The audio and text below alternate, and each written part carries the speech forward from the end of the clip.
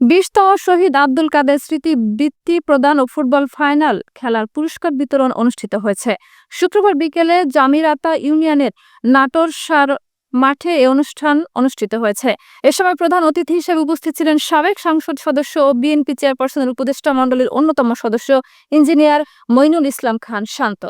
এ সময় আরও উপস্থিত ছিলেন সিংগাইর উপজেলা নির্বাহী কর্মকর্তা মোহাম্মদ কামরুল হাসান সোহাগ, সহকারী কমিশনার ভূমি মোহাম্মদ হাবিবুর রহমান, সিংগাইর থানার officer in charge OC Mohammad Zahidul Islam, Jahangir BPM, senior সহ সভাপতি আজিজুল হক টিক্কা, ইঞ্জিনিয়ার মোহাম্মদ ইমদাদুল হক মিলন, আহ্বায়ক সদস্য সিংগাইর উপজেলা যুবদল মিজানুর রহমান মিজান, আহ্বায়ক স্বেচ্ছাসেবক দল জামিরাতা ইউনিয়ন, সাবেক সিংগাইর উপজেলা বিএনপি সাংগঠনিক সম্পাদক হাজী মোহাম্মদ আমজাদ হোসেন।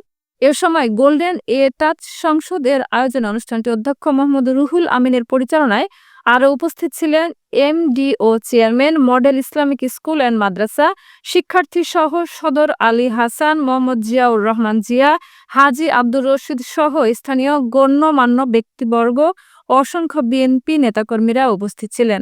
এ সময় মেধাবী ছাত্রছাত্রীদের হাতে মেধা সার্টিফিকেট ও একটি করে ক্র্যাচ তুলে দেওয়া হয়।